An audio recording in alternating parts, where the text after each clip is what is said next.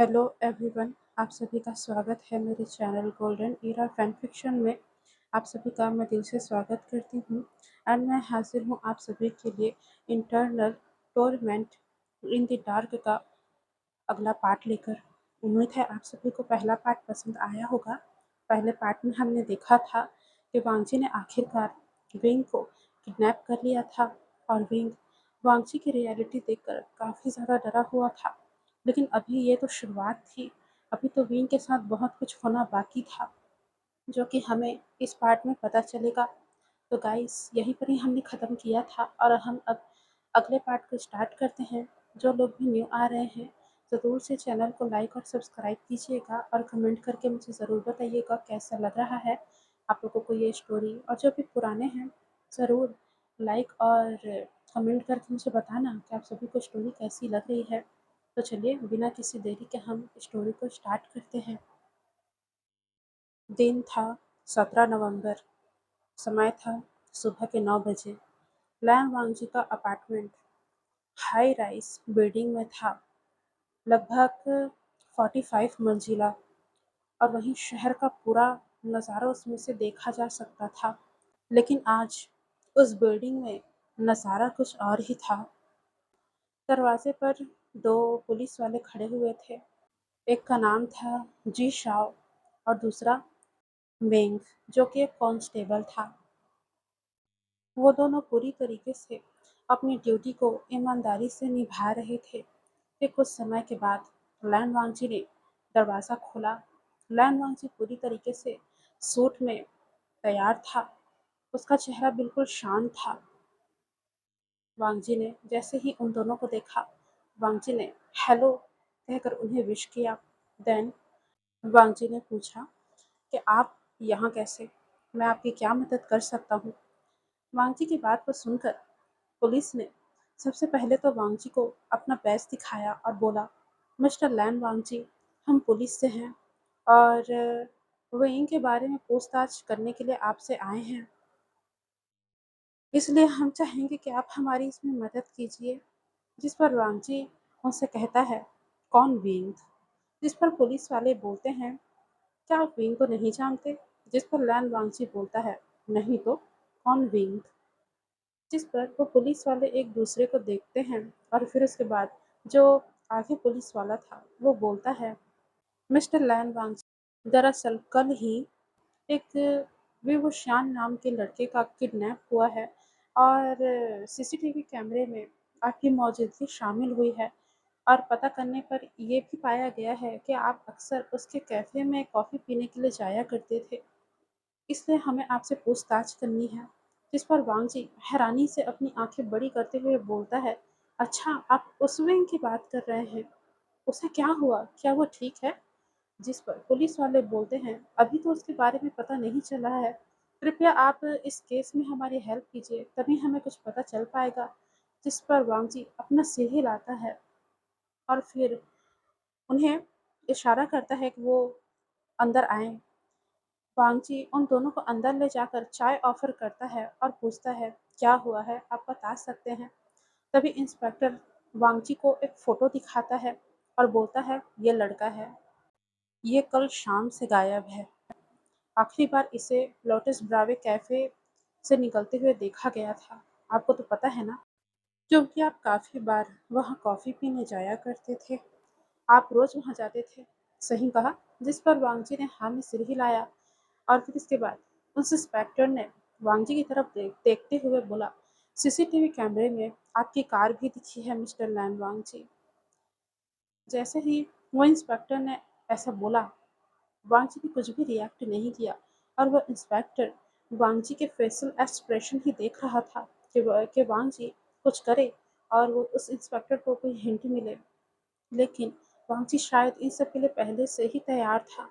वांगजी ने वो फ़ोटो लेकर लिया इंस्पेक्टर से और उस फ़ोटो को देखने लगा।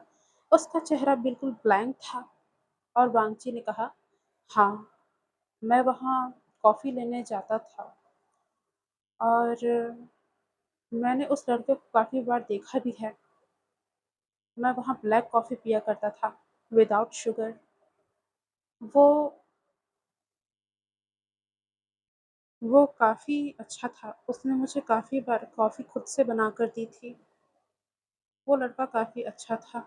वांग जी ये सब बोल रहा था और इंस्पेक्टर बहुत ही ज़्यादा कड़ी नज़रों के साथ वांग जी को घूर रहे थे। तभी इंस्पेक्टर ने वांग जी से बोला, मिस्टर लैन, जाँच से हमें ये पता चला है कि जिस दिन उसकी किडनैपिंग हुई थी, उस दिन आपने उसे ड्रॉप किया था और इससे पहले भी आपने कई बार उसे ड्रॉप किया हुआ था। क्या ये सही है? जिस पर वांगची ने बोला, नहीं, ऐसा कुछ नहीं है।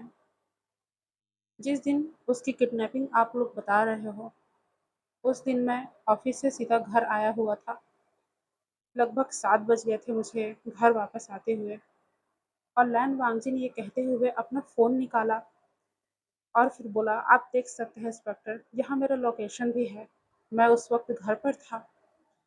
वांगजी के इतना कहने पर इंस्पेक्टर ने वांगजी से फ़ोन लिया और उसने उस फ़ोन पर चेक किया। इंस्पेक्टर ने अच्छे से देखा तो लोकेशन जीपीएस से मैच कर रही थी और वहीं इंस्पेक्टर को देखकर वांगजी एक एविल हंसी हंस रहा था, जिसे ना ही वो इंस्पेक्टर देख पा रहा था और ना ही वो कांस्टेबल, क्योंकि वो दोनों तो जीपीएस को मैच करने में लगे हुए थे। और वांगजी आखिर हंस क्यों रहा था? क्योंकि लैन वांगजी ने पहले से ही इस स्पूफिंग ऐप यूज़ किया था अपनी फेक लोकेशन के लिए। वो जानता था कि एक ना एक दिन ऐसा टाइम ज़रूर आएगा। उस इंस्पेक्टर ने अच्छे से चेक किया, देन उन्हें फ़ोन वापस कर दिया। उसके बाद वो इंस्पेक्टर वांगजी को देख रहा था कि तभी वांगजी ने आंखें से ही बोला, उसने बोला, मैंने किसी को भी ड्रॉप नहीं किया इंस्पेक्टर। शायद वो कोई और बीएमडब्ल्यू होगा, वो मेरा नहीं है। शहर में हज़ारों बीएमडब्ल्यू हैं। अगर आपको कोई बीएमडब्ल्यू सीसीटीवी में दिख जाता है, तो इसका मतलब ये नहीं कि वो लैन वांगची की है। उम्मीद है आप समझ रहे होंगे। जिस पर इंस्पेक्टर ने कहा, हाँ मिस्टर लैन वांगजी, मैं समझ रहा हूँ। आपने ये बात सही कही। काफ़ी सारी बीएमडब्ल्यू हो सकती हैं और हम इसके लिए आपसे माफ़ी भी मांगते हैं। लेकिन क्या आप हमारी थोड़ी और मदद कर सकते हैं? क्या मैं आपसे कुछ क्वेश्चन पूछ सकता हूँ? जिस पर लैन वांगजी ने हमें सिर हिलाया और फिर इंस्पेक्टर ने और कई सारे सवाल किए और लैन वांगजी ने हर सवाल पर परफेक्ट जवाब दिया, शांति, धैर्य और बिना किसी घबराहट के। ऐसा लग रहा था जैसे वो तैयार था इन सब चीज़ों के लिए। लेकिन उस इंस्पेक्टर को बिल्कुल भी किसी चीज़ का शक नहीं हुआ। और फिर जब इंस्पेक्टर ने सारी पूछताछ कर ली, तो उन्होंने जाते हुए वांगची से कहा, मिस्टर लैन, आपको परेशान करने के लिए मैं माफ़ी मांगता हूँ और उम्मीद है आगे आप इस केस में हमारे विक्टिम बनेंगे और आप हमारी मदद ज़रूर करेंगे। अगर आपको कुछ याद आए तो हमें ज़रूर बताइएगा। ये कहकर इंस्पेक्टर ने वांगजी को अपना कार्ड दिया और वो वांगजी को देखने लगा, जिस पर वांगजी ने बोला, बिल्कुल, मुझसे जो पन पड़ेगा मैं वो ज़रूर करूँगा। मैं भी चाहता हूँ कि वो लड़का सही सलामत अपने घर वापस आ जाए।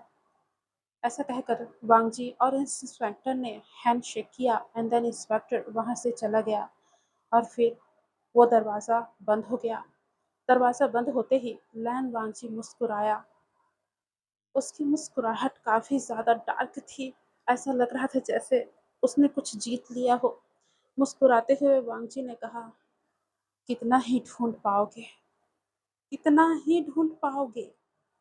वो मेरी पकड़ में है। वो अब तुम लोगों की पकड़ में कभी नहीं आ सकता, क्योंकि वो लैन वांगजी के कब्ज़े में है और एक बार जो लैन वांगजी के कब्ज़े में हो जाता है, उसे कोई और अपने कब्ज़े में कर नहीं सकता। ऐसा कहकर वांगजी मुस्कुराने लगा था।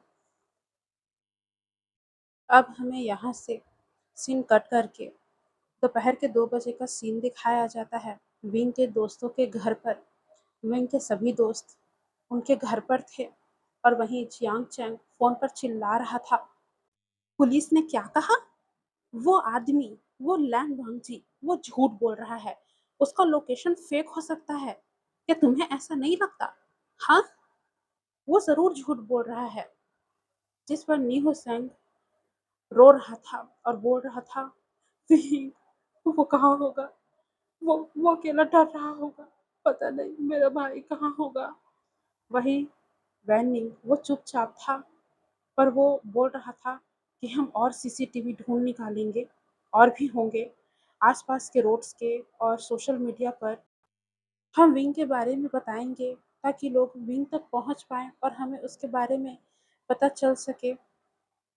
और साथ ही हम और भी पोस्टर्स लगाएँगे, देखना वो ज़रूर ही हमें मिल जाएगा। वही जियांग चैंग वो काफ़ी ज़्यादा गुस्से में था और उसने गुस्से से दीवार पर मुक्का मारा और बोला, "मैं खुद ढूँढूँगा, मैं खुद ढूँढूँगा मेरे भाई को। अगर वो रैन वांग अगर उस कमीने ने ये सब किया है, तो मैं उसे जान से मार डालूँगा, जान से मार डालूँगा उसे।"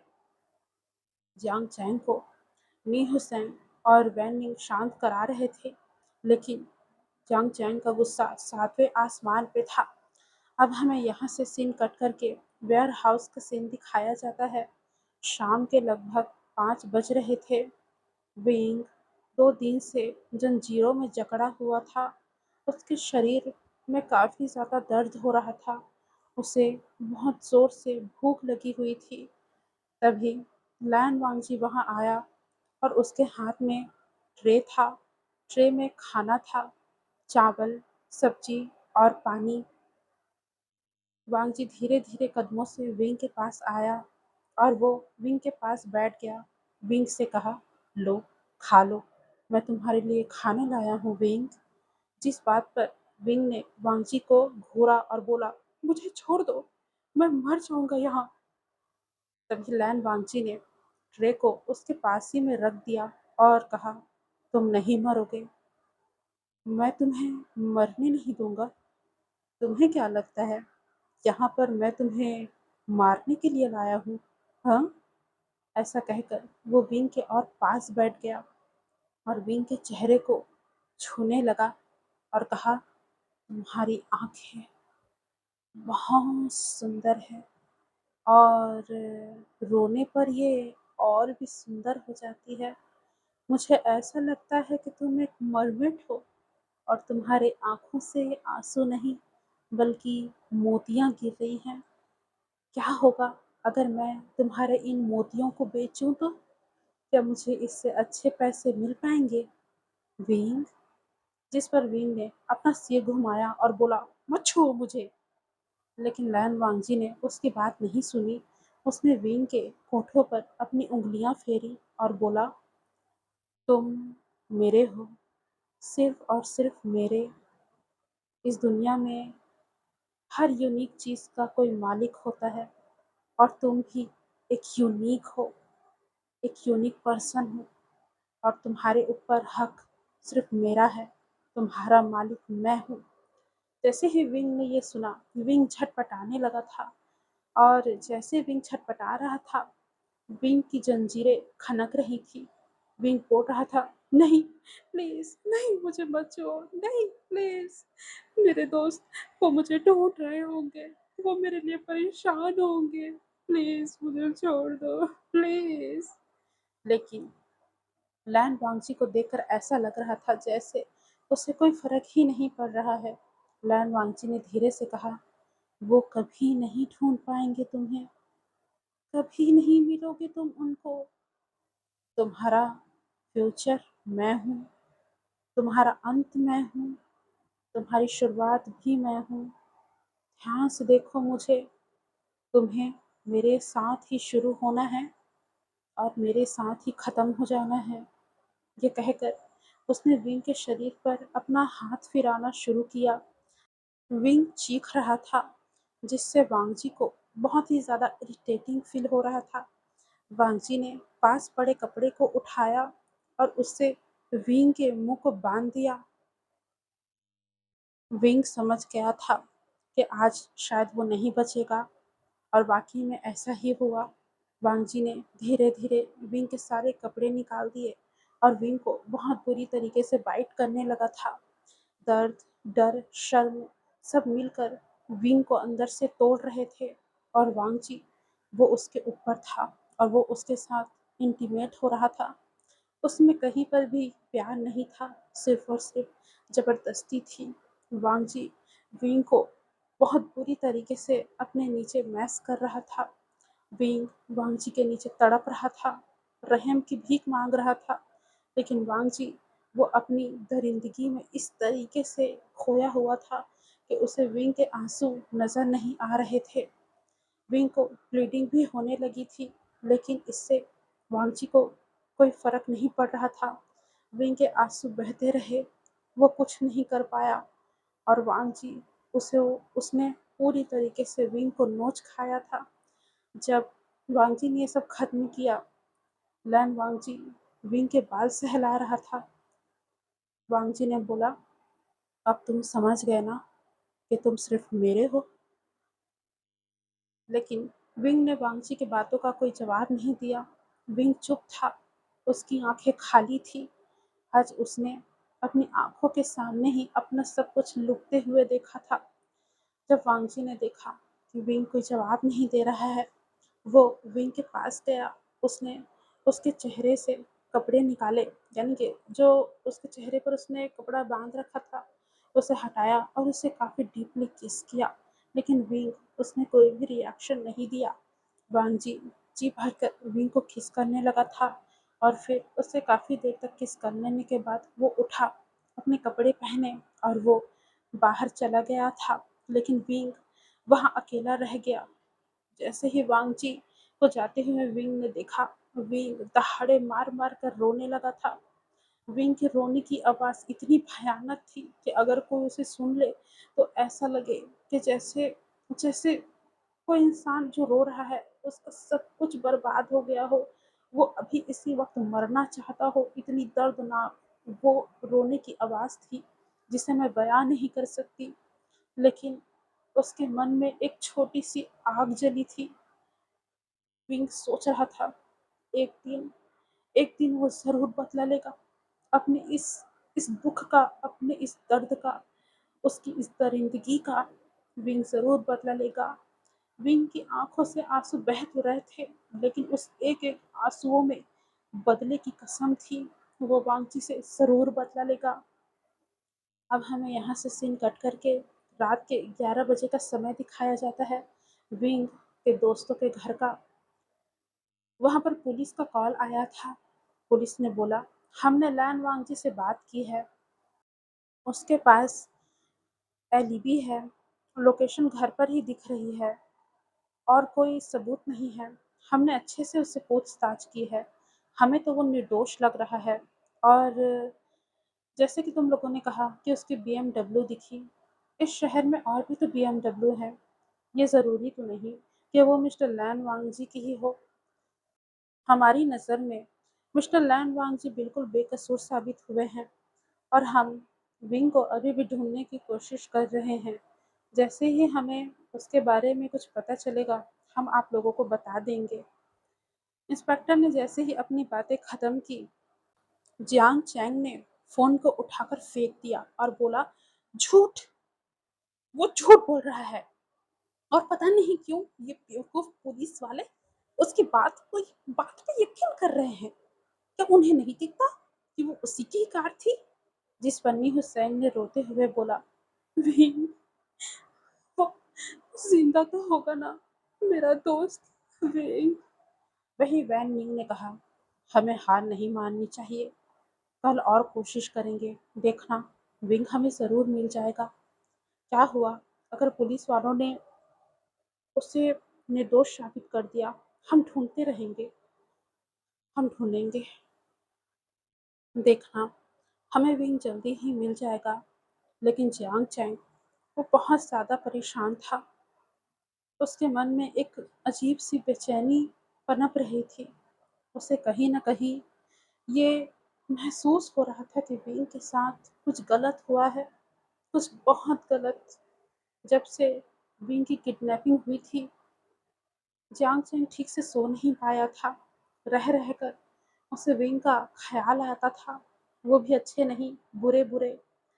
जब भी उसने हल्की सी झपकी ली, उसे बहुत ही डरावने सपने नज़र आए कि विंग खून से लथपथ है और वो उसे चिल्ला रहा है, उसे मदद के लिए बुला रहा है। और जैसे ही जियांग चैंग अपना हाथ बढ़ाता, विंग वहाँ से गायब हो जाता। आजकल ऐसे सपने जियांग चैंग को आ रहे थे, जिसके कारण जियांग चैंग ठीक से सो भी नहीं पा रहा था। वो बहुत ज़्यादा डरा हुआ था। वो बस किसी भी हाल में विंग को वापस अपने पास लाना चाहता था। वो चाहता था कि विंग सही सलामत उसके सामने हो और इसके लिए वो पूरी कोशिश करेगा। जियांग चैन ने ये ठान लिया था। वहीं बाहर बारिश हो रही थी। शहर में जो बड़ी-बड़ी बिल्डिंग्स थी, उसकी जो परछाइयाँ थी, वो धीरे-धीरे और लंबी हो रही थी। और वहीं उस वेयरहाउस में विंग की सांसें धीरे-धीरे धीमी हो रही थी, लेकिन उसकी आँखों में अब डर नहीं था, नफ़रत थी, बेपनाह नफ़रत लैन वांगची के लिए। अब हमें थोड़ा समय स्किप करके दिखाया जाता है 18 से 24 नवंबर, यानी कि पहला हफ्ता। वेयरहाउस की दीवारें अब विंग की पूरी दुनिया बन चुकी थी। वहाँ कोई खिड़की नहीं थी, कोई घड़ी नहीं थी, सिर्फ लैन वांगजी के आने जाने से ही बाहर के समय का अंदाजा होता था। विंग जंजीरों से जकड़ा हुआ अपने उसी बेड पर लेटा हुआ था। उसके शरीर में बहुत ज़्यादा दर्द था और मन में डर था। वो बार-बार फुसफुसाता, जियांग चैंग, निह सेंग, कोई तो आ जाओ ना, मुझे बचा लो इस राक्षस से, इस हैवान से। पर वहाँ कोई नहीं आता था। अब शाम हुई और लैन वांगजी शाम के समय आया। उसके हाथ में पानी और कुछ फ्रूट थे। उसे वो विंग के सामने ले गया और बोला, लो खा लो इसे। जिस पर विंग ने सिर हिलाया और बोला, मुझे छोड़ दो, मुझे छोड़ दो, मैं मर जाऊंगा, मुझे छोड़ दो। जिस पर लैन वांगजी ने फल काट कर उसके मुंह में रखना शुरू किया और बोला, तुम नहीं मरोगे, मैं देखभाल करूंगा ना। जिस पर विंग ने वो फल थूक दिया और बोला, तुम्हारी देखभाल, ये तुम्हारी देखभाल नहीं, तुम्हारी दी हुई सजा है। तुम्हें जो करना था वो तो कर चुके हो मेरे साथ, अब क्यों रखा है मुझे यहाँ? छोड़ दो, मैं किसी को नहीं बताऊंगा कि तुमने मेरे साथ क्या किया है। छोड़ दो मुझे, छोड़ दो। लेकिन लैन वांगची ने कुछ नहीं कहा। वो बस विंग को देखता रहा। फिर वो उठा और बोला, लगता है तुम्हें यहाँ एक दिन और बंद करके रखना पड़ेगा। उम्मीद है जब कल मैं आऊँ तो तुम अच्छे से बर्ताव करोगे। ऐसा कहकर वांगची वहाँ से चला गया। अब हमें यहाँ से दूसरा दिन दिखाया जाता है। दूसरे दिन लैन वांगजी ने विंग की जंजीरें थोड़ी ढीली कर दी, इतनी ढीली कि विंग बैठ सके, लेकिन हाथ अभी भी उसके बंधे हुए थे। और फिर उसके बाद वांगजी ने विंग के तरफ देखते हुए पूछा, तुम्हें आराम चाहिए? जिस पर विंग ने पूछा, तुम कौन हो? जिस पर वांगची ने कहा, मैं वांगची हूँ। जिस पर विंग ने कहा, असल में तुम कौन हो? कौन हो तुम? जिस पर वांगची ने कहा, मैं लैन वांगची हूँ। जिस पर विंग ने कहा, लैन वांगची? नहीं, तुम्हारे अंदर क्या है? क्यों क्यों कर रहे हो ये सब? क्या मिल रहा है तुम्हें मेरे साथ ये सब करके? कौन सी खुशी तुम्हें मिल रही है मुझे परेशान करके? तुम्हें नजर नहीं आता मुझे कितना दर्द होता है? क्या गलती कर दी? क्या मैंने क्या मैंने तुम्हारे साथ ठीक से बर्ताव किया? तुमसे हंस के बातें की, तुम्हारी इज्जत की, इसलिए तुमने मेरे साथ ये सब किया? तुमने मेरी इज्जत लूट ली, तुमने मुझे बर्बाद कर दिया, मेरे परिवार से दूर कर दिया। क्या इसीलिए कि मैंने तुमसे अच्छे से बर्ताव किया था? ये सुनकर लैन वांगजी ने कुछ नहीं कहा। उसने पिंग के बालों पर अपना हाथ फेरा और बोला, क्योंकि तुम्हें देखकर मैं खुद को रोक नहीं पाया। समझ रहे हो ना? जैसे ही वांगजी ने ये कहा, विंग ने उसका हाथ झटका और बोला, मैं किसी का खिलौना नहीं हूँ जो तुम मेरे साथ ये सब कर रहे हो। ये सुनकर लैन वांगजी की आंखें ठंडी हो गई। उसने विंग के गालों पर हल्का सा थप्पड़ मारा और बोला, अब सीखो और अच्छे से रहोगे तो तुम्हारे साथ भी अच्छा होगा, नहीं तो बुरा करना मैं जानता हूँ। जैसे ही वांगची ने ये कहा, विंग घबरा गया क्योंकि उसे अब वांगची से थोड़ा डर लगने लगा था। वांगची ने उसके साथ सारे कारनामे तो कर लिए थे, लेकिन अभी भी वांगची ने उसे रखा हुआ था, जिससे विंग डरा हुआ था कि आखिरकार वो उसे छोड़ क्यों नहीं रहा है। इतना कहकर वांगजी वहां से बाहर चला गया और विंग वापस से वहां अकेला रह गया। विंग रो रहा था, लेकिन रोते रोते वो सोच भी रहा था कि मैं कमजोर नहीं बनूंगा, मैं उसे जरूर सबक सिखाऊंगा। अब हमें तीसरा दिन दिखाया जाता है। तीसरे दिन लैन वांगजी खाना लेकर आया था, गरम चावल, चिकन और कुछ वेजिटेबल्स भी। विंग को बहुत ज्यादा भूख लगी थी और विंग बहुत भूखा था। उसने इस बार उस खाने को एक्सेप्ट किया और उसने वो खा लिया। ये देखकर वांगजी ने एक क्रीपी स्माइल की। वो स्माइल ऐसी थी जैसे कि उसने कुछ जीत लिया हो। वांगजी ने मुस्कुराते हुए कहा, बहुत अच्छे, तुम बहुत अच्छे लड़के हो। यह कहकर वांगजी उसे देख रहा था। तभी विंग ने पूछा, बाहर क्या हो रहा है मेरे दोस्त? वो वो ठीक है ना? जिस पर लैन वांगजी ने अपना फोन निकाला और सोशल मीडिया ओपन किया। उसमें विंग ने देखा कि जगह जगह पर विंग के मिसिंग पोस्टर लगे हुए हैं। विंग काफी ज्यादा ट्रेंडिंग में था। जियांग चैंग ने तो पैसों का इनाम भी रख दिया था कि जो विंग के बारे में पता लगाएगा उसे लगभग 20,000 रुपए दिए जाएंगे। विंग ये सब देखकर परेशान हो गया था। तभी वांगजी ने कहा, वो तुम्हें ढूंढ रहे हैं। कितने पागल है ना वो लोग कि वो तुम्हें ढूंढ रहे हैं, लेकिन उनको क्या पता कि तुम उनको कभी मिलोगे ही नहीं। तुम लैन वांगची के नर्क में हो, एक ऐसा नर्क जिसे लैन वांगजी ने अपने हाथों से बनाया है। यहाँ लोग आते भी मेरी मर्जी से हैं और जाते भी मेरी मर्जी से हैं, तो भला वो तुम्हें ढूंढ कैसे पाएंगे? चाहे वो कितना भी कर ले, वो तुम्हें नहीं ढूंढ पाएंगे। ये देखकर विंग हैरान हुआ। जब वांगजी ये सब बोल रहा था तो विंग उसी को ही देख रहा था और विंग को वांगजी नहीं, सामने एक राक्षस नजर आ रहा था। एक ऐसा राक्षस जो अपनी दरिंदगी को दिखाकर खुश हो रहा था। लेकिन विंग की आंखें चमक रही थी क्योंकि उसके दोस्त उसे ढूंढ रहे थे और विंग को यकीन था कि जरूर वो अपने दोस्तों तक पहुंच जाएगा या फिर उसके दोस्त उस तक पहुंच जाएंगे। वो हार नहीं मानेंगे। विंग को यकीन था कि उसके दोस्त हार नहीं मानेंगे और चियांग चैंग वो उसे ढूंढ ही लेगा, जरूर वो उसे ढूंढ लेगा। तभी विंग ने मुस्कुराकर कहा, देखना, मेरे दोस्त मुझे ढूंढ लेंगे, चियांग चैंग वो मुझे ढूंढ लेगा। जैसे ही विंग ने ऐसा कहा, वांची की हंसी बंद हो गई और वांची ने अपना फोन बंद कर लिया। और वांची ने विंग को देखते हुए कहा, वो थक जाएंगे, वो थक जाएंगे, आखिरकार वो कितना ही तुम्हें ढूंढेंगे, वो हार मान लेंगे और तुम उन्हें कभी नहीं मिलोगे। और फिर उसने विंग को टाइटली गले से लगा लिया, जिसका विंग ने विरोध किया। उसने बहुत ताकत लगाकर वांगजी को खुद से हटाने की कोशिश की, लेकिन विंग अब काफी ज्यादा कमजोर पड़ गया था, उसमें उतनी ताकत नहीं थी। और लैन वांज ने फिर से विंग के साथ जबरदस्ती करने की कोशिश की। उसने धीरे धीरे विंग को जगह जगह किस किया और किस के साथ बाइट भी करने लगा था। विंग समझ गया था कि वांगजी फिर से उसके साथ जबरदस्ती करेगा। विंग ने रोकने की कोशिश की, लेकिन वांगजी नहीं रुका। वांगजी ने बहुत ही ज्यादा ब्रूटली और फोर्सफुली विंग के साथ अपनी इंटीमेसी को परफॉर्म किया। इस बीच विंग के आंसू बह रहे थे और वांगजी अपनी मनमानी कर रहा था। जब वांगजी ये सब कर रहा था तो फिर से विंग को ब्लीडिंग हुई और इस बार वांगजी का ध्यान ध्यान वहां पर गया कि विंग को ब्लीडिंग हो रही है।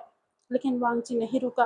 वो पहले खुद को सेटिस्फाई करना चाहता था, इसलिए उसने अच्छे से विंग का इस्तेमाल किया और फिर उसके बाद उसने विंग को साफ किया। विंग को बहुत ज़्यादा दर्द हो रहा था। देन जहाँ से ब्लीडिंग हुई थी वहाँ पर वांगजी ने उसे मेडिसिन भी लगा दिया था। विंग वांगजी की तरफ नहीं देख रहा था, लेकिन वांगजी बहुत ज़्यादा मुस्कुराहट के साथ विंग को देख रहा था।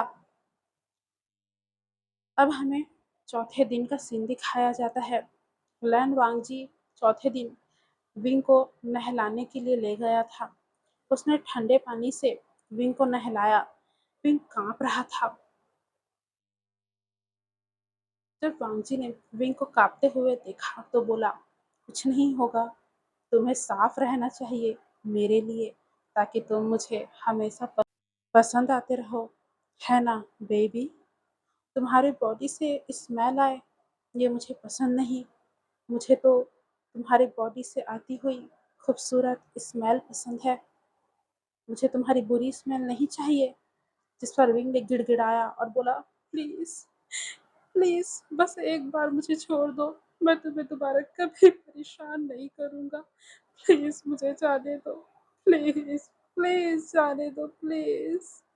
पर लैन वांगजी ने कहा, तुम पहले ही परेशान कर चुके हो मुझे, और कितना और कितना परेशान करोगे?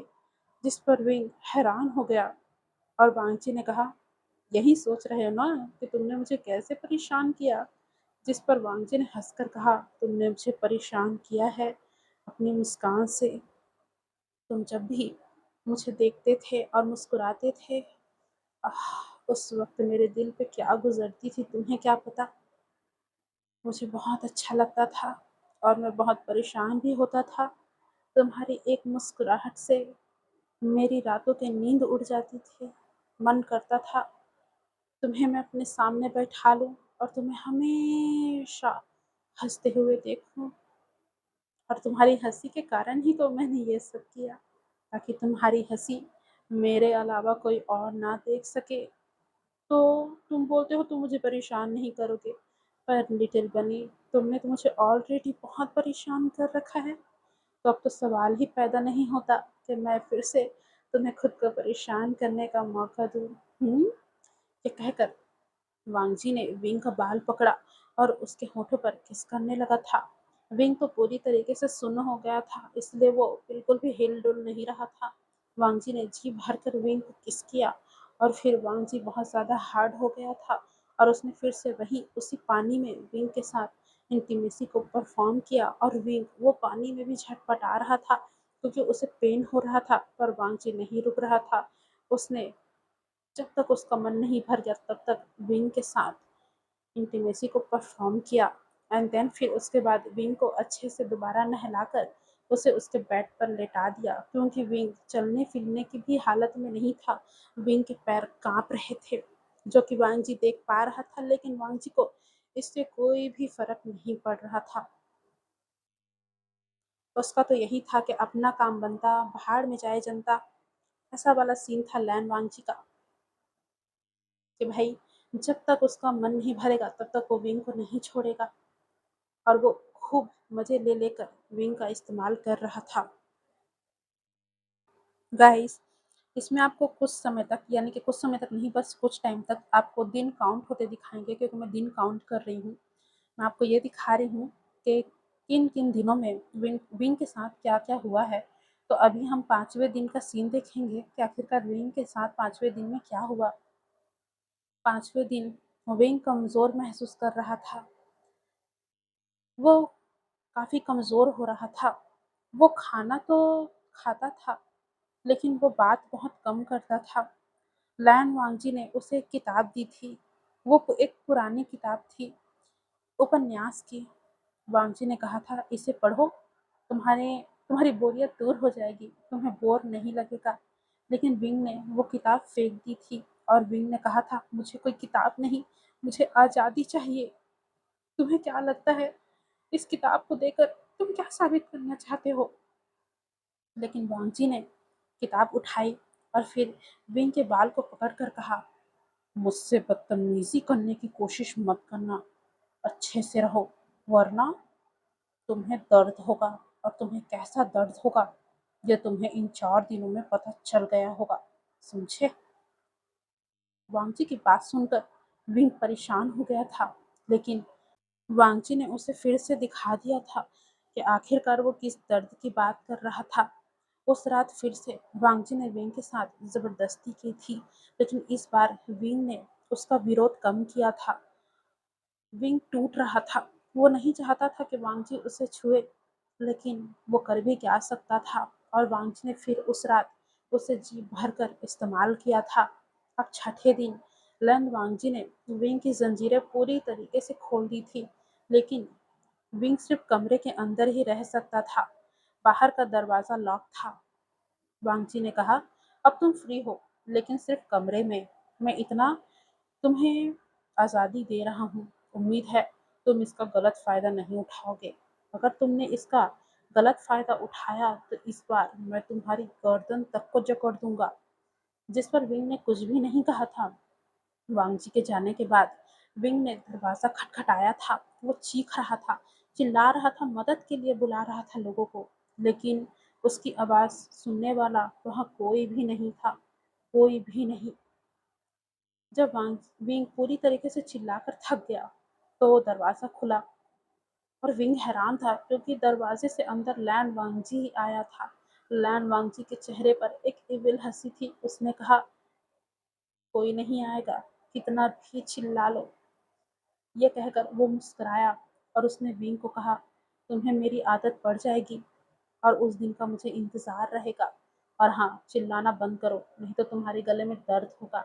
ये कहकर वांग जी वहाँ से चला गया था और विंग को ये एहसास हो गया था कि वो अभी जिस जगह पर है, वो जगह शायद ऐसी जगह पर है जहाँ पर भीड़-भाड़ नहीं है। कोई लोग शायद उसकी आवाज़ नहीं सुन सकते। ये विंग को शायद एहसास हो गया था, लेकिन विंग को जैसे ही ये रियलाइज़ हुआ, उसके दिल में एक गहरा दर्द उठा था। एक ऐसा दर्द जो शायद उसके अलावा कोई और नहीं समझ सकेगा। अब हमें 7वें दिन का सीन दिखाया जाता है। विंग अब कम बोलता था। उसकी आँखें लगभग लाल हो गई थी, लेकिन लेकिन उसके मन में एक चिंगारी बाकी थी। लैन वांगजी ने उस वक़्त उसे गले लगाया लगाया हुआ था, लेकिन इस बार विंग ने उसका विरोध नहीं किया, बस उसके आँसू ही बह रहे थे। तभी वांगची ने कहा, तुम अच्छे हो और अच्छा काम कर रहे हो। यानी कि वो विंग को बता रहा था कि उसका विरोध ना करना वांगची को पसंद आया। वो विंग के कानों में फुसफुसा रहा था। अब हमें बाहर का सीन दिखाया जाता है उसी हफ्ते, यानी कि अभी विंग को वांगजी के साथ रहे पूरे 1 हफ्ते हो गए और ये 1 हफ्ते का लास्ट डे है। और इस पूरे हफ्ते में विंग के साथ क्या-क्या हुआ, ये मैंने आप लोगों को दिखाया है। देन उसी हफ्ते के दूसरी साइड यानी कि जियांग चैंग का साइड दिखाते हैं। विंग के दोस्तों का कि वो लोग क्या कर रहे थे। बाहर की दुनिया में यानी कि उस वेयर हाउस के बाहर की दुनिया में जियांग चैंग हर दिन पुलिस स्टेशन जाता, कुछ प्रोसेस हुआ या नहीं ये पूछने के लिए। और इंस्पेक्टर लैन वांगजी का घर चेक उन्होंने किया था, यानी कि लैन वांगजी का पूरा घर चेक किया गया था, तो उन्हें वहाँ कुछ भी नहीं मिला था। उन्होंने वांगजी की सारी कारों को चेक किया था, लेकिन वहाँ पर भी उन्हें कोई भी सबूत नहीं मिला था। सब नॉर्मल था, सब चीज़ नॉर्मल था। तभी नी हुसैन ने ऑनलाइन कैंपेन चलाई, जस्टिस फॉर विंग। वो विंग को ट्रैक करना चाहते थे। उन्होंने कोशिश भी की, लेकिन उन्हें कुछ भी पता नहीं चला। उन लोगों ने काफ़ी कोशिश की। जगह-जगह लोग जो भी लोग विंग के बारे में देख रहे थे ऑनलाइन, वो शेयर कर रहे थे ताकि विंग जल्दी मिल जाए। और वहीं वैन मिंग ने प्राइवेट इन्वेस्टिगेशन से बात की। उसने बोला, हम खुद सीसीटीवी और लोकेशन ट्रैक करेंगे। और जियांग चैंग ने कहा, मैं नहीं रुक सकता, वो मेरा भाई है। मुझे मुझे बेचैनी हो रही है, उसके साथ कुछ तो गलत हो रहा है। मुझे उसके पास जल्दी पहुंचना होगा। वही एक शाम नीह सैंग ने देखा लैंड वांगजी का प्रोफाइल। उसके हाथ लैंड वांगजी की प्रोफाइल लग गई थी। नीह सैंग ने देखा लैंड वांगजी ये रोज ऑफिस जा रहा है और ऐसे दिखा रहा है जैसे कुछ हुआ ही नहीं है। नीह सैंग ने ये मतलब वांगजी की जो प्रोफाइल थी उसे जियांग चैंग और वैन निंग को भी दिखाया, जिसे देखकर जियांग चैंग ने गुस्से से कहा, ये ये मॉन्स्टर है, मुझे इसी पर ही शक है कि इसने कुछ न कुछ तो किया है। जिस पर नी हुसैन ने कहा, लेकिन हमारे पास कोई सबूत नहीं है और पुलिस ने तो इसका घर भी चेक किया है, लेकिन उन्हें उन्हें कुछ भी नहीं मिला। जिस पर जियांग चैंग बोलता है, मुझे पुलिस पर बिलीव नहीं है। पुलिस पुलिस वो तो अंधे हैं, शायद इसने पैसा खिला दिया होगा। जिस पर वह निंग बोलता है, अगर ऐसा है तो वाकई बहुत बुरा है, हमें कुछ तो करना पड़ेगा, हमें और कोशिश करनी चाहिए जितना हमसे बन पाए। इस पर जियांग चैंग बोलता है, बिल्कुल हमें करना ही होगा, नहीं तो पता नहीं ये दरिंदा हमारे विंग के साथ क्या करेगा। हमें जल्द से जल्द विंग के पास पहुंचना होगा। जिस पर नी हुसैन और वैनिंग और जियांग चैंग ठान लेते हैं कि वो जल्द से जल्द विंग को ढूंढते ही रहेंगे और इनको सिर्फ और सिर्फ लैन वांगची पर ही शक था।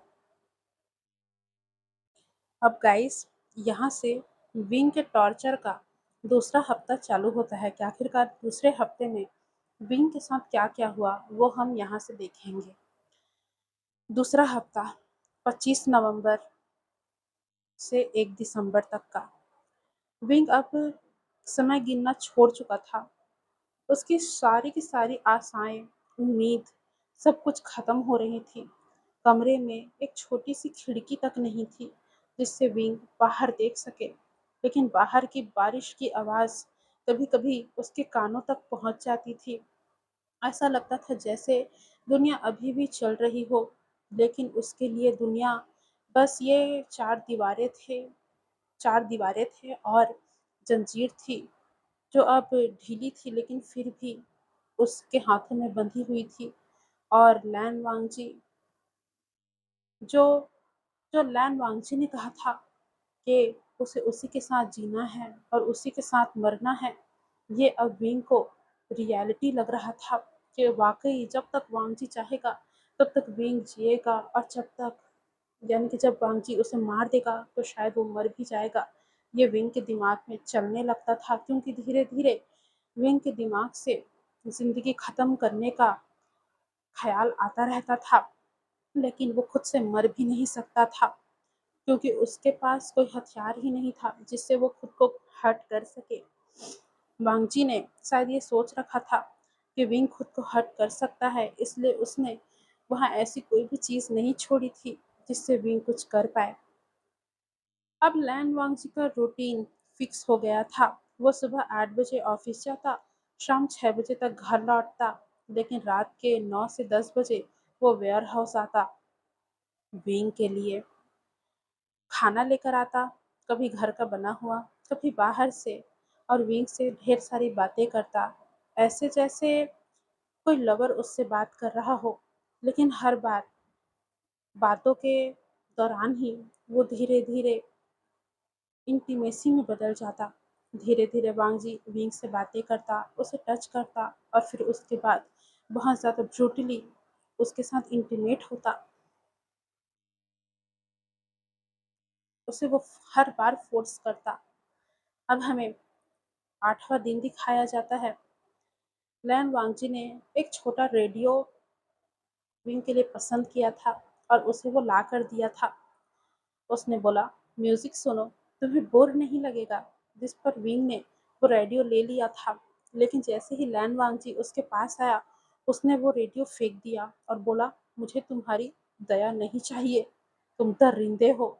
जिस पर वांगजी ने रेडियो उठाया और फिर विंग के कंधे पर अपना हाथ रखा और उस अपनी पकड़ को कसते हुए बोला, तुम सीख रहे हो, तुम अच्छे हो, तुम अच्छे बने रहोगे तो मैं तुम्हारे साथ अच्छा बर्ताव करूंगा, समझे। लेकिन तुम्हारी ये हरकत कभी कभी मुझे बहुत परेशान कर देती है। यह कहकर वांगजी विंग को घूर रहा था और विंग ने अपनी नजरें नीचे कर ली थी। उस रात फिर से वांगजी ने विंग के साथ जबरदस्ती की थी और विंग अब चीखता बहुत कम था, क्योंकि उसे शायद अब दर्द सहने की आदत सी पड़ गई थी। उसके बस आंसू बहते रहते। उसके मन में एक सवाल घूमता, क्या अब मेरे दोस्त मुझे ढूंढ पाएंगे? क्या वो अभी भी मुझे ढूंढ रहे होंगे? क्या वो थक गए होंगे जैसा कि इसने कहा था? क्या वो वाक़ई में हार मान लेंगे? मैं उनका इंतज़ार कर रहा हूँ। मुझे मुझे इस नर्क से मुक्ति दिलाओ। ऐसा कहकर वो अपने दोस्तों को याद किया करता था। अब हमें 9th डे का दिन दिखाया जाता है। लैन वांग्स ने विंग के बाल काट दिए थे। उसने बोला, तुम्हारे बाल बहुत लंबे हैं। अ, इसे अच्छे से मैं काट रहा हूँ ताकि तुम अच्छे से साफ सुथरे लगो, है ना? तुम एकदम क्लीन लगने चाहिए। और विंग ने इसका कोई भी विरोध नहीं किया था। वो थक चुका था। कैंची चलती रही और उसके बाल उसकी आंखों के सामने कटते हुए नीचे गिरते रहे। तभी लैन वांगजी ने कहा, अब और अच्छे लग रहे हो मेरे लिए। अब तो मेरा दिल तुम पे और आ गया है। ये उसने विंग के कानों में फुसफुसाकर कहा था। और फिर उसके बाद वांगजी फिर से विंग के बालों को सेट करने लगा था और विंग उसने भी हल्की सी धीमी आवाज में कहा, मैं तुम्हारा नहीं हूँ, कभी भी नहीं हूँ और मैं तुम्हारा कभी नहीं बनूंगा, चाहे तुम कुछ भी कर लो। ये बात विंग ने बहुत धीमे से कही थी, लेकिन लैन वांगजी ने ये बातें सुन ली थी। वो मुस्कुराया और उसने विंग के बालों पर हाथ फेरा और बोला, मैंने सुना कि तुमने क्या कहा, लेकिन मैं बस तुम्हें एक ही बात कहना चाहूँगा विंग, तुम मेरे हो या नहीं हो, ये तुम नहीं, समय बताएगा। और जैसा कि मुझे लगता है समय मेरे हाथ में है विंग। वांगची ने बस इतना ही कहा और वो विंग के बालों को सहलाने लगा था और विंग ने अपनी आंखें बंद कर ली थी। उसे बहुत गुस्सा आ रहा था। उसका मन कर रहा था कि वो अभी इसी वक्त लैन वांगची को मार डाले, लेकिन वो ऐसा नहीं कर सकता था। वो अपने आप को कंट्रोल कर रहा था, बहुत मुश्किल से। अब हमें 10वां दिन दिखाया जाता है। लैन वांगजी ने विंग को एक फ़ोटो दिखाई, जो खुद विंग की थी। वो विंग की मिसिंग पोस्टर थी। वांगजी ने उसका स्क्रीनशॉट लिया था और वो विंग को दिखाते हुए बोल रहा था, देखो, देखो विंग, तुम्हारे दोस्त अब भी पोस्टर लगा रहे हैं, लेकिन व्यूज़ कम हो रहे हैं। लोग तुम्हें भूल रहे हैं धीरे-धीरे। हाँ, देखना तुम्हारे दोस्त भी तुम्हें भूल जाएँगे बहुत जल्दी। ये सुनकर विंग की आंखें भर आई। विंग ने कहा, वो नहीं भूलेंगे, मेरे दोस्त मुझे नहीं भूलेंगे।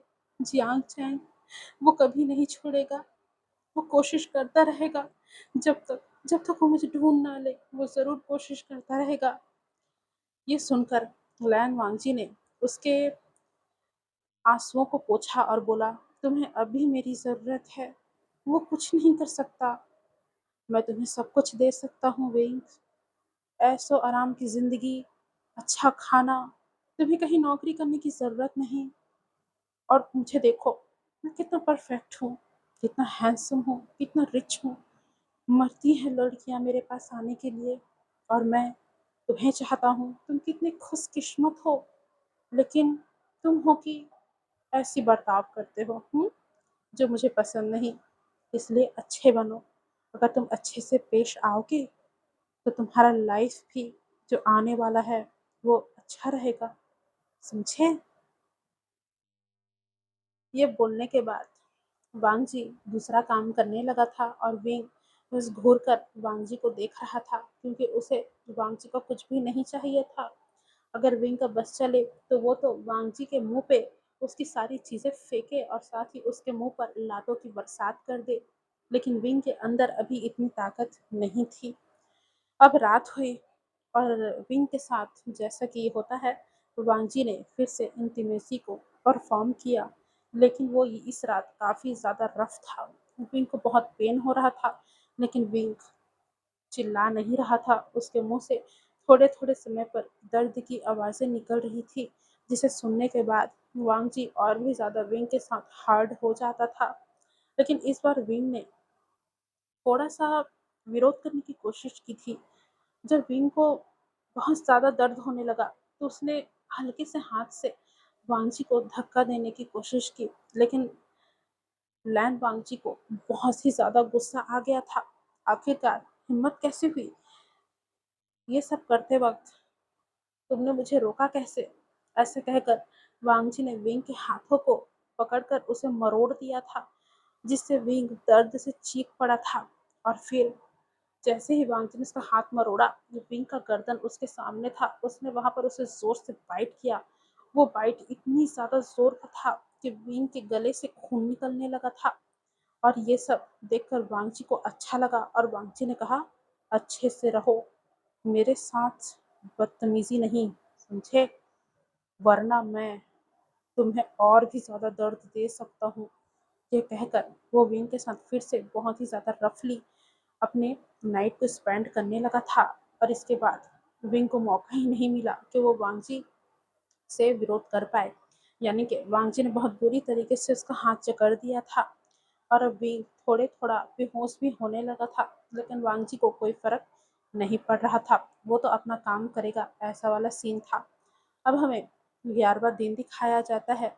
विंग ने पहली बार खुद वांगजी से खाना मांगा था। उसने वांगजी को देखा और बोला, मुझे भूख लगी है, क्या तुम मुझे खाना दे सकते हो? जिस पर वांगजी बहुत ज्यादा खुश हो गया था और उसने कहा था, बिल्कुल, मैं अभी लेके आता हूँ। ऐसा कहकर वो विंग के लिए खाना लेने के लिए गया था। आज उसने विंग को स्पेशल फूड दिए थे, मतलब विंग की फेवरेट चॉकलेट भी वो अपने साथ लेकर आया था। विंग ने चॉकलेट ली, लेकिन खाते वक्त उसके आंखों से आंसू गिरने लगे थे। और खाते खाते जो है वो वांगजी को देखता है, जो उसे घूर के देख रहा था। विंग ने वांगजी से कहा, तुम मुझे तुम मुझे मार क्यों नहीं देते? ये जीना ये जीना भी क्या जीना है, ये मौत से भी बदतर है। क्यों तुम मेरे साथ ऐसा कर रहे हो? मार दो मुझे, मार दो। विंग ऐसा बोल रहा था, लेकिन लैन वांगजी ने कहा, मैं क्यों मारूं तुम्हें?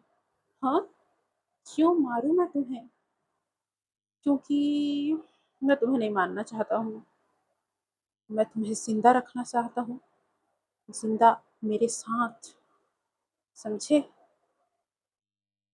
और हाँ, तुम कब मरोगे ये मैं डिसाइड करूंगा, ना कि तुम। जब तक तुम अच्छे बर्ताव करोगे अच्छा होगा। जिस दिन तुमने बुरा किया, तुम्हारी पनिशमेंट और बढ़ जाएगी। ये कहकर वांगची ने उसके सामने एक और चॉकलेट निकाली, जिससे विंग देख रहा था। फिर उसके बाद वांगची ने उस चॉकलेट को ओपन किया और उसे विंग के मुंह में भर दिया और बोला, खाओ, तुम्हें पसंद है ना? और विंग खाने लगा था। जैसे जैसे विंग खाना खा रहा था, उसके आंखों से मजबूरी के आंसू बह रहे थे। वो पल उसके लिए बहुत ज्यादा दुख से भरा हुआ था। और वांगजी वो बस विंग को खा जाने वाली नजर से देख रहा था। अगर विंग इस वक्त खाना ना खा रहा होता तो वांगजी विंग को खा रहा होता। विंग ये सब सोच रहा था, लेकिन उस वक्त वांगजी ने उसे डिस्टर्ब नहीं किया था। उसने विंग को अच्छे से खाना खाने दिया था। अब हमें 12वां दिन दिखाया जाता है। लैन वांगजी ने विंग को कमरे में घूमने की आज़ादी दे दी थी। उसने विंग की जंजीरों को पूरी तरीके से खोल दिया था। और विंग की तरफ देखकर वांगजी ने मुस्कुराते हुए पूछा था, अब तुम्हें मुझ पर ट्रस्ट है ना बनी? जिस पर विंग ने दरवाजे की तरफ देखा और बोला, ट्रस्ट? तुमने मुझे चुराया है, तुम एक चोर हो। और फिर विंग भागकर दरवाजे की तरफ गया और उसने दरवाजा खोलने की कोशिश की, लेकिन दरवाजा लॉक था। तभी लैन वांगजी पीछे से आया और उसे पीछे से पकड़ लिया और बोला, भागने की कोशिश मत करो। तुमने भागने की कोशिश की और तुम्हारे हाथ पैर मैं तोड़ के रख दूंगा। और उस रात सच में वांगजी ने ऐसा ही किया। जब विंग भागा तो उसे उसकी सजा बहुत बहुत बुरी मिली। उस रात सजा में वांगजी ने विंग को बहुत बुरी तरीके से मारा, बहुत बुरी तरीके से। विंग दर्द से चिल्ला रहा था। उस रूम में विंग की दर्दनाक चीखें गूंज रही थी। तो वांगजी कभी हाथों से, कभी पैरों से, तो कभी डंडे से विंग की पिटाई कर रहा था। विंग के शरीर पर निशान उभर आए थे, नीले, बैंगनी, लाल। उसे बहुत ज्यादा दर्द हो रहा था। वांगजी विंग को तब तक पीटता रहा जब तक विंग बेहोश नहीं हो गया। आखिर में जब विंग बेहोश हो गया तब वांगजी उसे देखता रहा और मुस्कुराता रहा। और वांगजी ने कहा, मेरे साथ मेरे साथ ऐसा करोगे? मैंने तुम्हें आज़ादी क्या दे दी? तुम तो मुझे छोड़कर जाने की बात कर रहे थे। हिम्मत कैसे हुई तुम्हारी भागने की? अगर तुमसे प्यार न होता तो तुम्हें अभी इसी वक्त यहीं जिंदा गाड़ देता। ऐसा कहकर वो विंग को देख रहा था। अब हमें 13वां दिन दिखाया जाता है। विंग अब बहुत कम बोलता था। उसके आंखें नीची थी। लैन वांगजी ने उसे गले लगाया, यानी कि वांगजी उसे गले लगाए हुए था। लेकिन इस बार विंग ने बिल्कुल भी विरोध नहीं किया। ऐसा लग रहा था जैसे कोई जिंदा लाश हो। वो बस सब कुछ सह रहा था। वांगजी विंग के कानों के पास गया और धीरे से फुसफुसाकर बोला, तुम मेरे हो, है ना? वांगजी ने ये कहा। लेकिन विंग विंग मन ही मन में सोच रहा था, नहीं, मैं किसी का नहीं हूँ, किसी का भी नहीं, और तुम्हारा तो बिल्कुल भी नहीं। एक दिन मेरा भी आएगा लैन वांगची, और तब मैं तुम्हें बताऊंगा कि दर्द और बदला क्या होता है। विंग ये सब सोच रहा था। वहीं बाहर की दुनिया में उसी हफ्ते जियांग चैंग वो अभी भी पुलिस स्टेशन के चक्कर काटता रहता। लेकिन जवाब में सिर्फ एक ही चीज उसे मिलती, कोई भी क्लू नहीं, कोई नया क्लू नहीं। सारी चीजें एकदम साफ है। विंग का कोई अता पता नहीं। और लैन वांगजी हमेशा की तरह इस केस में नॉर्मल पाया गया है। ये सब चीज़ें जियांग चैंग को पता चलती, जिससे वो और भी ज़्यादा गुस्सा हो जाता था, क्योंकि उसे पता था कि इन सब के पीछे वांगची का ही हाथ है। वहीं नीहू सेंग ने प्राइवेट डिटेक्टिव हायर किया हुआ था। डिटेक्टिव ने उसे बताया कि लैन वांगजी का एक बैंक स्टेटमेंट चेक किया गया है। उसे वहाँ कुछ भी संदिग्ध ट्रांजैक्शन नहीं मिला। लेकिन हाँ, उसका जो अपार्टमेंट है उसे शायद चेक करने की ज़रूरत है। जिस पर वैन निंग ने कहा, पुलिस को दबाव डालो कि वो ऐसा करे। जिस पर उस डिटेक्टिव ने बोला, ठीक है, हम ऐसा करते हैं और अपनी तरफ से भी और जांच करते हैं। जिस पर नी हुसैन ने हाँ बोला था, और नी हुसैन ने स्पेशली कहा था कि वो इस काम को थोड़ा जल्दी करे। जिस पर डिटेक्टिव ने भी हाँ में सिर हिला दिया था और वो वहां से चला गया था। अब एक शाम जियांग चैंग लैन वांगजी के ऑफिस के बाहर गया। वो वहां खड़ा हुआ था। उसने दूर से देखा कि वांगजी अपना काम कर रहा है। वो बिल्कुल नॉर्मल है। वो एकदम नॉर्मली काम कर रहा था। ऐसा लग रहा था जैसे कुछ हुआ ही नहीं है। जिसे देखकर जियांग चैंग ने अपनी मुट्ठी कस ली और कहा, तूने मेरे भाई को तूने मेरे भाई को कुछ तो किया है। मुझे पता है। मेरा मन कह रहा है कि कि जो हो रहा है उसके पीछे सिर्फ तेरा हाथ है, सिर्फ और सिर्फ तेरा। अगर मेरे भाई को कुछ हुआ लैन वांगजी, तो मैं तुझे जिंदा नहीं छोड़ूंगा। मैं इसी हाथों से तेरे टुकड़े टुकड़े कर दूंगा। बस एक सबूत और तेरी कहानी खत्म, लैन वांगजी। इतना कहकर वहां से जियांग चैंग चला गया था। और वहीं सोशल मीडिया पर पोस्ट अब कम हो रही थी। लोग विंग को धीरे धीरे भूल रहे थे। लेकिन विंग के वो तीनों दोस्त, वो विंग को अभी तक नहीं भूले थे। वो विंग को वापस ढूंढने की हर कोशिश कर रहे थे।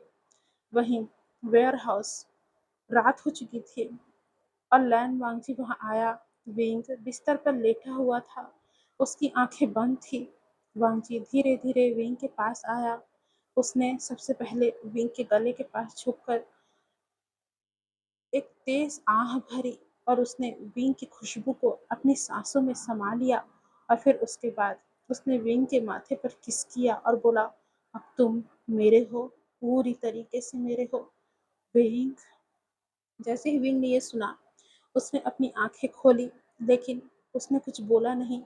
उसकी आंखों में अब सिर्फ खालीपन था, या शायद एक छुपी हुई आग थी जो आगे चलकर वांगजी को बहुत बुरी तरीके से जलाने वाली थी। और इस बात से वांग जी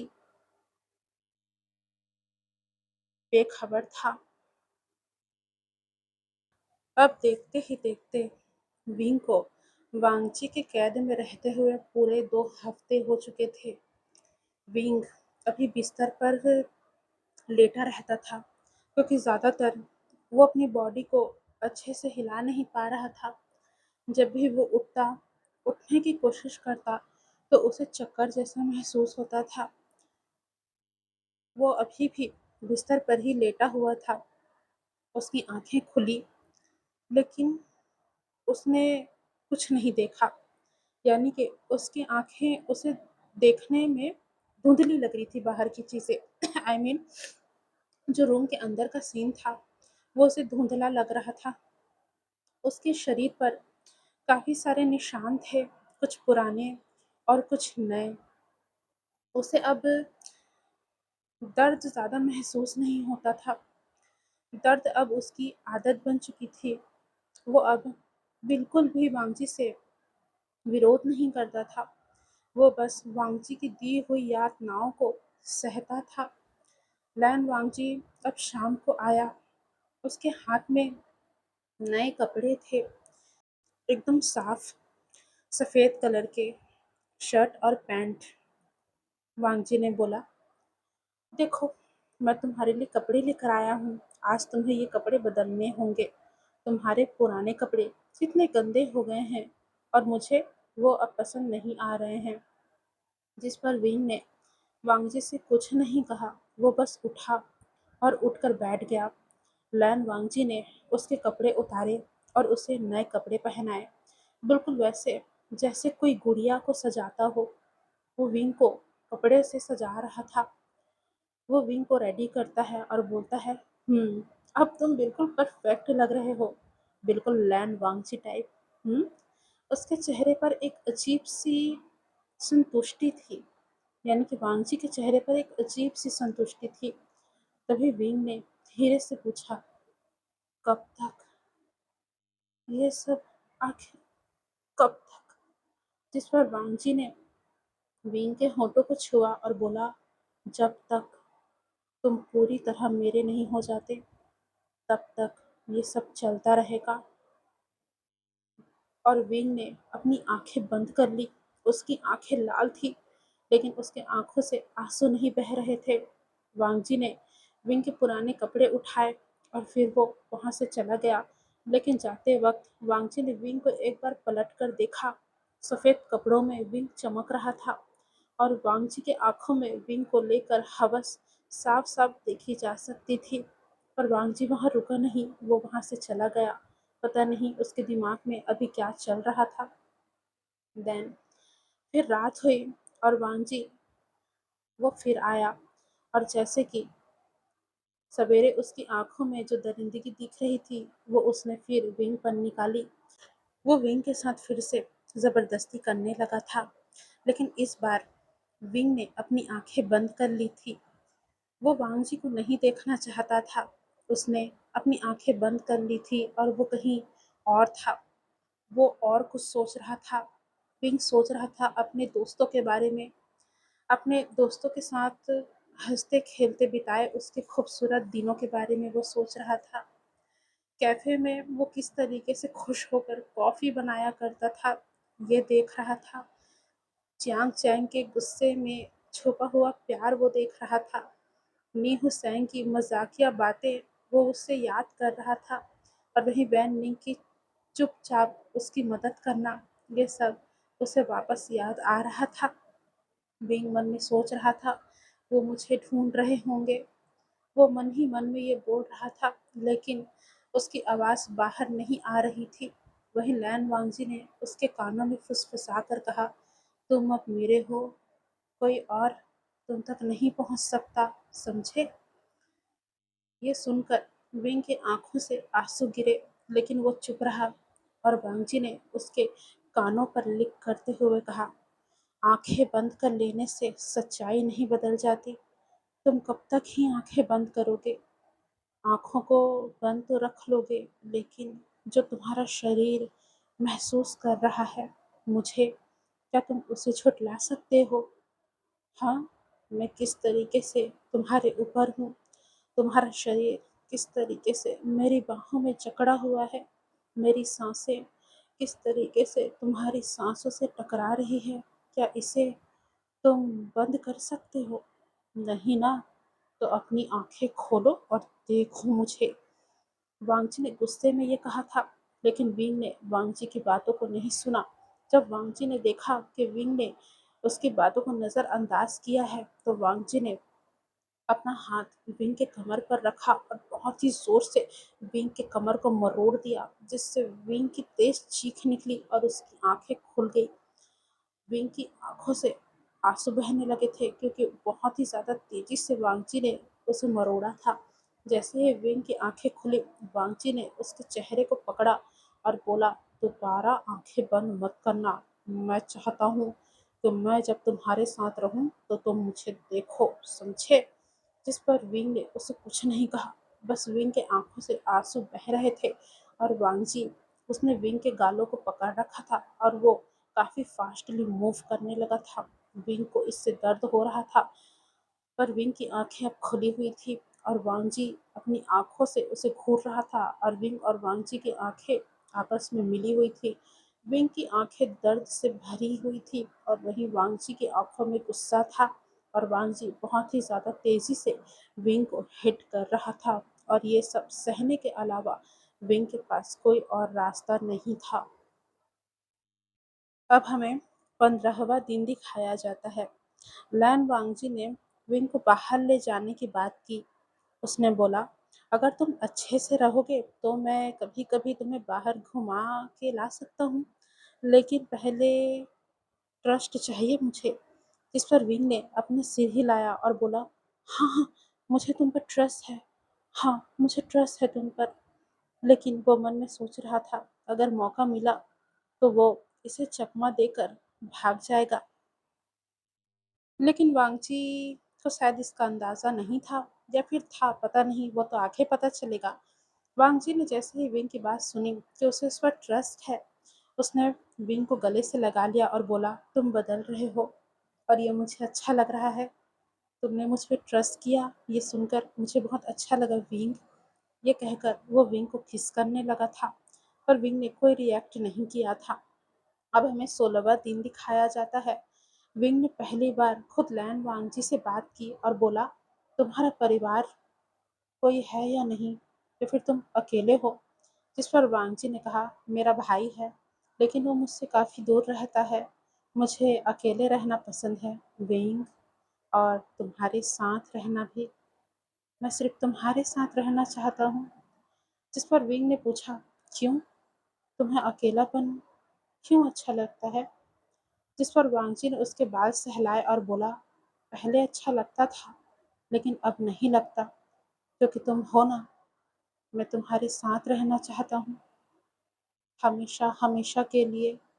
मुझे खुशी होगी कि आगे चलकर तुम मेरी फैमिली में शामिल होगे वेंग। मैं तुमसे बहुत प्यार करता हूँ, और हमारी एक प्यार भरी दुनिया होगी, जिसमें सिर्फ तुम और मैं होंगे। बिल्कुल एक हैप्पी फैमिली। हम्म अ, जब हमारी शादी होगी ना विंग, तब मैं बताता हूँ, मैंने बहुत कुछ सोच रखा है। बड़ा सा मैं विला बनवाऊंगा, ओके। और उस विला के बाहर बहुत बड़ा गार्डन एरिया होगा, जिसमें ढेर सारे रंग बिरंगे तुम्हारे जैसे खूबसूरत फूल लगाऊंगा विंग। देन फिर हम लोग बाहर चाय पियेंगे, कैंडल लाइट डिनर करेंगे, और मैं तुम्हारे साथ वहाँ बहुत बहुत खुश रहूँगा। मैं तुमसे बहुत प्यार करूँगा, बहुत ज़्यादा। बगल में एक रिवर होगा, और हम लोग वहाँ डेली घूमने के लिए जाएंगे, डेली। हम्म बांगची ये सब बोल रहा था, लेकिन बेंग मन में सोच रहा था, प्यार, हाँ, ये प्यार नहीं, बीमारी है। बीमारी जो धीरे धीरे कर कर फैल रही है। जैसे जैसे ये बीमारी फैल रही है, मेरे मरने का समय करीब आ रहा है, ऐसा मुझे महसूस होता है। और इस दरिंदे को लगता है कि मैं इससे शादी करूंगा, इससे शादी करने से अच्छा मैं मरना पसंद करूंगा। विंग ये सब सोच रहा था। वही बाहर की दुनिया में उसी समय जियांग चैंग अब हर दिन पुलिस स्टेशन जा जाकर थक चुका था। इन 2 हफ्तों में ऐसा कोई भी दिन नहीं था जब वो गया नहीं था पुलिस स्टेशन। लेकिन अब इंस्पेक्टर भी थक चुका था। इंस्पेक्टर ने कहा, मिस्टर जियांग चैन, हमने हर जगह चेक कर लिया है और मिस्टर लैन वांगजी का घर, ऑफिस, उनकी कारें सब क्लीन है, कोई सबूत नहीं है। कृपया आप मिस्टर लैन वांगजी को शक की नज़रों से मत देखिए। वो बिल्कुल ठीक इंसान है। उल्टा वो तो हमारी मदद भी कर रहे हैं मिस्टर वेंग को ढूंढने में। आप समझते क्यों नहीं? वो बहुत बड़े इंसान हैं और बार बार उनके लिए आप जो शब्द इस्तेमाल कर रहे हैं वो अच्छी बात नहीं है। आप समझिए, इससे आप भी खतरे में पड़ सकते हैं और हम भी। जिस पर जियांग चैन गुस्से से बोलता है, तुम्हें अपने और उसके चीजों के बारे में पड़ी हुई है। खतरा? क्या खतरा? हाँ, अगर तुम मेरे भाई को ढूंढ नहीं पाए और उसे कुछ हो गया तो क्या तुम जिम्मेदारी लोगे? और जब मैं बोल रहा हूँ वो लैन वांगजी ही असली मास्टर गेम खेल रहा है, तो क्या तुम्हें समझ में नहीं आ रहा है? हाँ, किस नाम की तुम पुलिस हो जो एक इंसान को ढूंढ नहीं सकते? और जो जो सामने तुम्हारे बैठा हुआ है वो लैन वांगजी, वही ही ये सब कुछ कर रहा है। कितनी बार मैं तुम्हें बोलूं और तुम कोई भी सबूत नहीं जुटा पा रहे हो। तो तुम कर क्या रहे हो इतने टाइम से? 2 हफ्ते बीत चुके हैं। समझ में आ रहा है तुम्हें? 2 हफ्तों से मेरा भाई मुझसे अलग है। अगर उसे कुछ हुआ ना इंस्पेक्टर, तो वो लैन वांगजी तो लैन वांगजी, मैं तुम्हारी भी हस्ती मिटा दूंगा, समझे? जिस पर इंस्पेक्टर थोड़ा गुस्सा हो जाता है, लेकिन इंस्पेक्टर खुद को समझाता है कि वो इस पर गुस्सा नहीं कर सकता। इस वक्त जियांग चैंग का दिमाग खराब है क्योंकि उसका भाई नहीं मिल रहा है, तो जाहिर सी बात है कि वो गुस्सा करेगा। तो इंस्पेक्टर जियांग चैंग को समझाते हुए बोलता है, देखिए मिस्टर जियांग चैंग, चिल्लाने से सच्चाई नहीं बदल जाती।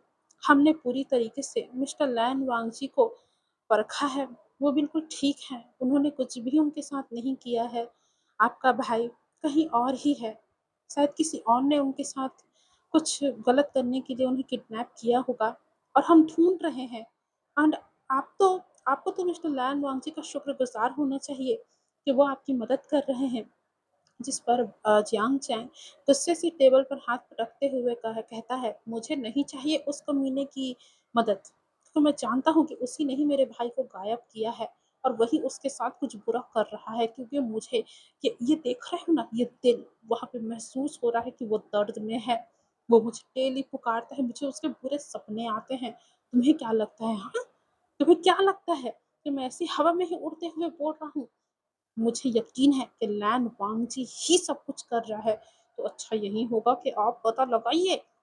जिस पर इंस्पेक्टर बोलता है, ठीक है, हम एक बार और कोशिश करते हैं और हम ढूंढने की पूरी कोशिश करेंगे। आप शांत रहिए, आपका भाई मिल जाएगा। जिस पर जियांग चैंग अपना पैर पटकते हुए वहां से चला जाता है और वहीं इंस्पेक्टर भी अपने सिर पर हाथ रख लेता है। जियांग चैंग बाकियों को बताता है कि उन्हें कोई सबूत नहीं मिला है और वो बोल रहे हैं कि वो लैन वांगजी वो निर्दोष है। जिस पर न्यू सिंह रोते हुए बोलता है, तो क्या हम अब हार मान ले? विंग ना जाने वो किस हाल में होगा। पूरे 2 हफ्ते हो गए हैं उसे गुम हुए। अभी तक कोई सबूत नहीं मिला है। तभी वैनिंग ने कहा, नहीं, मैंने एक ऑनलाइन फॉर्म पर पोस्ट किया है। वहाँ एक आदमी ने कमेंट किया कि उसने एक बार लैन वांगजी को शहर के बाहर एक पुरानी फैक्ट्री के पास देखा था, वो भी रात में। ये सुनकर जियांग चैंग की आंखें चमक गई। वो गया, यानी कि वो तुरंत ही वैन निंग के पास गया और उसके कंधे को पकड़ते हुए बोला, क्या सच में? क्या क्या वाकई में? जिस पर वैन निंग ने कहा, हाँ, मैं सच कह रहा हूँ। तभी जियांग चैंग ने पूछा, कहाँ कहाँ है वो फैक्ट्री, कहाँ है? जिस पर वैन निंग ने मैप दिखाया और बोला, शहर से लगभग 40 किलोमीटर दूर, शहर से बाहर ही है। इंडस्ट्रियल एरिया है, सुनसान जगह है, शायद यहीं हमें कुछ सुराग मिल सके। जिस पर जियांग चैंग बोलता है, हाँ हाँ, हो सकता है उस कमीने ने शायद विंग को यहाँ रखा हो। जियांग चैंग ने कहा, हम किसी को नहीं बताएंगे, हम खुद वहां जाएंगे। ठीक है, आज आज रात को ही जाएंगे। जिस पर वैन निंग और नीह सेंग भी हाँ में सिर हिला देते हैं। जियांग चैंग वो काफ़ी वो काफ़ी बेसब्र हो रहा था। आई मीन उसे खुशी भी हो रही थी कि शायद विंग यहाँ से मिल जाए। जियांग चैंग को ऐसा लग रहा था कि वो शायद अब विंग को ढूंढ पाएगा और वो इस दुनिया के सामने लैन वांगजी का असली चेहरा ले आएगा। पर क्या वाकई में जियांग चैंग विंग को ढूंढ पाएगा? वो तो हमें आगे ही पता चलेगा। अब हमें रात का सीन दिखाया जाता है। रात के 11 बज रहे थे। वेयर हाउस में लैन वांगजी आया। उस वक्त विंग बिस्तर पर था। उसकी आंखें बंद थी। लैन वांगजी उसके पास गया और उसे जगाने लगा। उसने बोला, तुम सो रहे थे? विंग ने अपनी आंखें खोली और कहा, हाँ, मैं सो रहा था। पर लैन वांगजी उसके पास लेट गया और बोला, तुम अब मेरे हो पूरी तरीके से। ऐसा कहकर उसने विंग को पकड़ा, लेकिन विंग ने कोई विरोध नहीं किया। वो बस सहता रहा। लेकिन उसके मन में एक आवाज थी, एक दिन एक दिन ये सब जरूर खत्म होगा। वो ये सब सोच रहा था। तभी लैन वांगची ने कहा, तुम्हारी आंखें अब अलग है। हम्म इसमें अब डर नहीं बचा। क्यों? सिर्फ सिर्फ हकीकत है। ऐसा क्यों? जिस पर विंग ने कहा, हाँ, ये हकीकत है। लेकिन वो झूठ बोल रहा था। उसकी आंखों में अब नफरत की आग जल रही थी, जो वो वांगजी को बताना नहीं चाहता था। वांगजी भी कहीं न कहीं ये समझ रहा था कि विंग अब उससे डर नहीं रहा है। वहीं उसी रात चियांग चैंग, नेहा सेंग और वैन निंग कार में बैठे हुए थे। बाहर बहुत ही ज़्यादा ज़ोरों की बारिश हो रही थी। वो लोग मैप पर उस एरिया को ढूंढ रहे थे और वो कुछ घंटों के बाद उस एरिया में पहुंच गए थे। उन्हें वो एरिया ढूंढने में काफ़ी ज़्यादा दिक्कत हुई थी, क्योंकि वो उसे मिल नहीं रहा था। पर आखिरकार काफ़ी ढूंढने के बाद वो लोग उस एरिया में पहुंच चुके थे। तभी जियांग चैंग ने कहा, ये जगह वाकई में काफ़ी ज़्यादा सुनसान है। लगता है यहाँ कोई नहीं आता। इसीलिए शायद उस दरिंदे ने इस जगह को चुना होगा। उन लोगों ने देखा कि वहाँ एक पुराना वेयर हाउस है। वो लोग उसके पास पहुँचे और वहीं उसके पास ही वो लोग रुके। उन्होंने देखा कि अंदर से हल्की रोशनी वहाँ पर दिख रही है। तभी नीहू सेंग ने काँपते हुए कहा, क्या अंदर जाना सही होगा? क्या वाक़ई में यही होगा? इस पर जियांग चैंग ने कहा, हाँ, अगर विंग यहाँ है तो हम अंदर ज़रूर जाएँगे और उसे वहाँ से ले आएँगे। मेरा भाई ना जाने ना जाने किस हालत में होगा। उस दरिंदे ने उसे उसे कैसे रखा होगा पता नहीं। जिस पर नीह सेंग जियांग सेंग के कंधे पर हाथ रखकर बोलता है, भाई, शांत हो जाओ, हम विंग को ज़रूर बचा लेंगे, ज़रूर बचा लेंगे। ऐसा कहकर वो लोग धीरे-धीरे दरवाजे के पास गए, लेकिन उन्होंने देखा कि वहाँ पर ताला लगा हुआ था। तभी नीहू सेंग ने कहा, ये क्या? यहाँ तो ताला लगा हुआ है। ऐसा कैसे?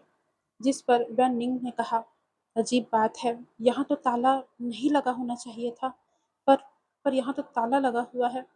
जिस पर जियांग चैंग ने कहा, हम एक काम करते हैं, हम कुछ चीज़ ढूँढते हैं जहाँ से हम अंदर घुस सके। एक काम करते हैं, चारों तरफ फैल जाओ और देखते हैं कि यहाँ क्या-क्या है। और फिर वो लोग उस वेयर हाउस के चारों तरफ फैल गए और उन्होंने देखा कि अंदर शायद कुछ जाने का रास्ता हो, और अगर उन्हें अंदर जाने का रास्ता मिल जाए तो वो लोग उसी के ज़रिए अंदर घुस जाएँगे। ऐसा कहकर वो लोग इधर-उधर देखने लगे थे। कुछ समय तक पूरा ढूंढ लेने के बाद वो वापस से दरवाजे के पास आए और जियांग चैंग बहुत ज़्यादा गुस्से में उस ताले को घूर रहा था।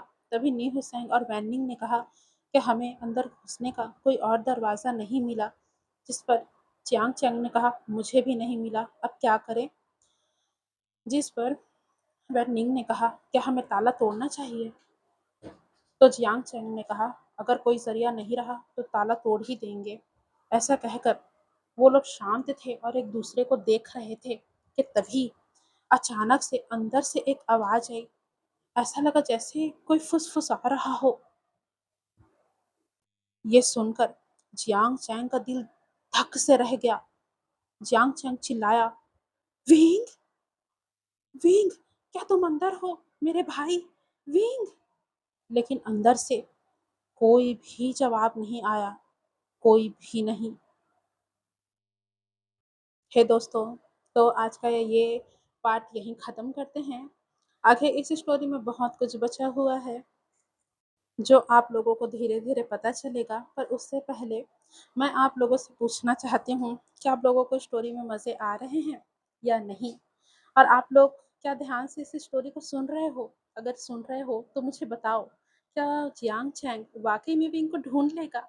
आखिरकार वो लोग उस जगह पर पहुँच चुके हैं जहाँ विंग था, पर वहाँ ताला कैसे लगा हुआ है? वांग तो विंग के साथ अंदर है ना, तो फिर ताला क्यों लगा हुआ है? एंड देन जियांग चैंग ने आवाज़ सुनी, वो आवाज़ किसकी थी? क्या जियांग चैंग की जो इच्छा है कि वो अपने मुक्कों से वांगजी का चेहरा तोड़ना चाहता है, क्या वो इसे पूरा कर पाएगा?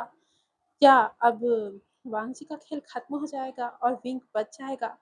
तो इसका जवाब आप लोग मुझे कमेंट में दीजिएगा। मुझे आप लोगों के जवाब का इंतज़ार रहेगा। देन हम बहुत ही जल्दी मिलेंगे इसके अगले पार्ट में। बिलीव मी गाइस, आगे चल के स्टोरी बहुत ही खतरनाक तरीके से मुड़ जाएगी। यस, अगर आप लोगों को पहले से रियलाइज़ हो गया कि आगे क्या होने वाला है, तो आप सब मुझे कमेंट में बता सकते हैं। मुझे खुशी होगी ये जान के कि आप लोगों को ये स्टोरी कैसी लग रही है, आपका पॉइंट ऑफ व्यू कैसा है और आगे क्या होने वाला है, आप सभी ने क्या अंदाज़ा लगाया है। तो आप सब मुझे ज़रूर बताइएगा। देन मिलेंगे हम इसके अगले पार्ट में, जिसमें ढेर सारी चीज़ें खुलेंगी और पता चलेगा कि आखिरकार क्या होगा बीइंग का और वांगची का। एंड वाक़ई में क्या वो आवाज़ विंग की ही थी या फिर ये कोई सपना है? तो मुझे ज़रूर बताइएगा। देन मिलेंगे हम इसके अगले पार्ट में। आप सभी अपना ध्यान रखें, खुश रहें और मेरी स्टोरी को एन्जॉय करते रहें। मिलेंगे हम इसके अगले पार्ट में। Bye guys.